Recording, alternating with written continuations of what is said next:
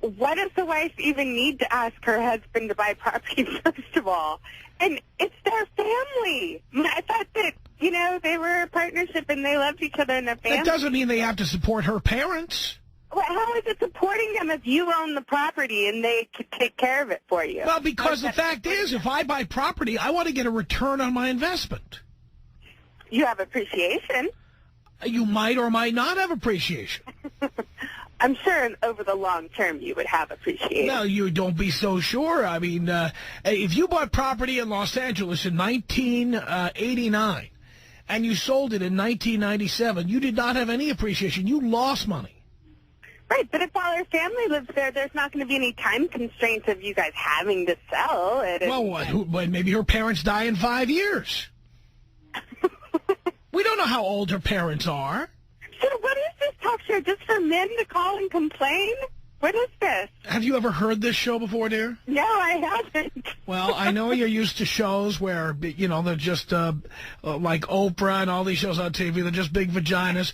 I mean, we are here, finally, a show for men, and women are welcome to listen and call, but it's from a male point of view, and it's for men.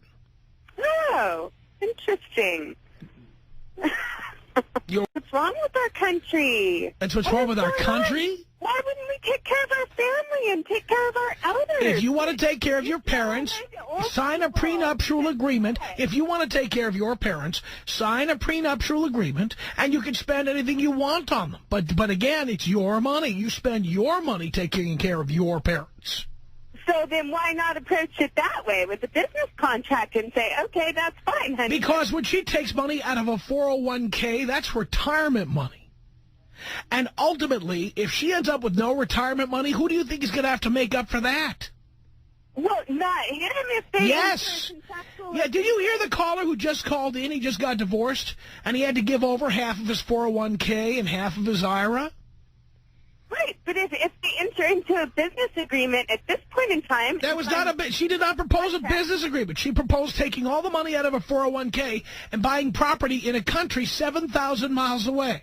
Well, I'm just saying, if you value the marriage, instead of saying no, like some barbaric caveman... No, the answer is no. I'll tell you what, I would tell... counter agreement. No, because once you're married, it's too late to be making these agreements. The agreement should have been made before they got married. They should have had a prenuptial agreement. So it's too late because they forgot to discuss aging parents? Yeah, too late. Yeah, it's too late. Why do you talk about it now? Again, if she wants to do that, she can propose that they separate their property out now as if they're getting divorced.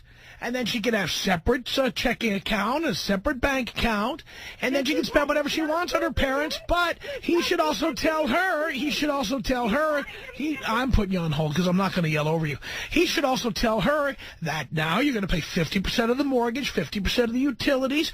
You're going to pay for your own car. You're going to pay for your own clothing and accessories. That would be fair. Did you hang up on me? No, I put you on hold so I can finish a sentence. Oh. Well, even if they did have a prenup, it's got to be a living document. Life changes, things evolve. But here's how it's a living document. When I had a prenup, and I have had prenups, by the way, my prenup says I'm not giving any gifts or loans to your family. You don't have to give any to mine either. And our money is separate. And even though I may give you a gift once in a while or whatever, you earn your money, I earn my money. You have your bank account, I have my bank account. I will own the house. I will also pay for the house. But I will own it. You will kick in on the utilities equally. That's it, out of your money. Interesting. So, wait, so does she pay the mortgage too? Nope. No, because you own the house. I own the house. So she lives rent-free and pays half the and she doesn't have to live rent-free. In my case, they did, but they don't have to.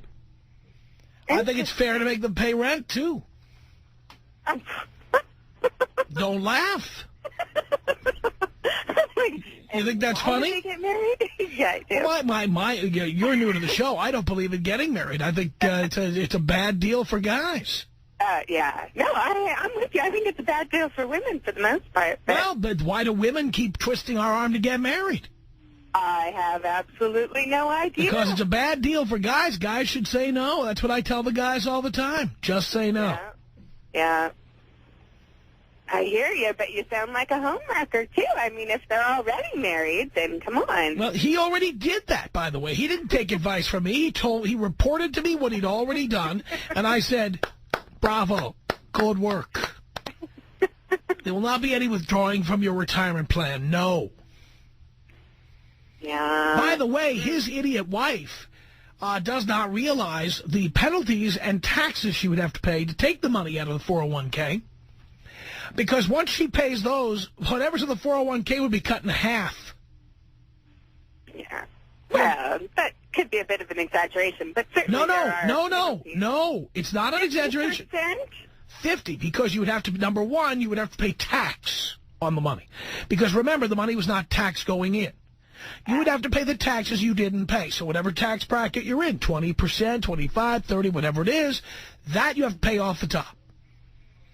On top of that, you have to pay a 20% penalty. Really? Yeah, so 30% plus 20%, what would that be? Oh, I don't know. Let me get my calculator. Yes, 50% here. Oh, thank you. And if you're in the upper tax brackets, it would be more than 50%. Huh. Interesting. So if you had $20,000 in your 401k and you took out $20,000, you'd end up getting 10. Yeah. And then you wouldn't be able to put the money back in. What's that? You would not be able to put the money back in either. No, that's true. You're right. I mean, it's stupid. And it is exactly the way women think about numbers and money and saving and investing. They're stupid when it comes to that. Sweeping generalizations. It's sweepingly true. No, it's not. Sure it is. Let's talk about, all right, great. Let's talk about your investments for a second. Where is your money invested? Primarily my house. That's not an investment, dear. I'm talking about stocks, bonds, mutual funds. Yeah. I know. I don't have any investments I'm yet, sure but I'm you don't. I got my retirement fund. Yeah, what's it invested in? It's your mouth. We're on the air. This is not funny. 20% stocks and bonds, and then it's like 20. Oh, I can't remember. So you're proving my point right here before my ears. I know. It's making me angry. You are proving my point. Women know nothing about investing and don't care. I do care. Well, why don't... If you cared, you would know more about where your money is, which you don't. And that's because the idea is, I don't know if you're married or not married, the idea is your hope is someday, if not today, a man is going to take care of that for you. And that is the reason there's a pension gap between men and women, because women are like you. No. Yes. No. Not all women. I didn't say all women. Most women. Huh. All right. Well, you got me on my retirement fund. Damn straight I did.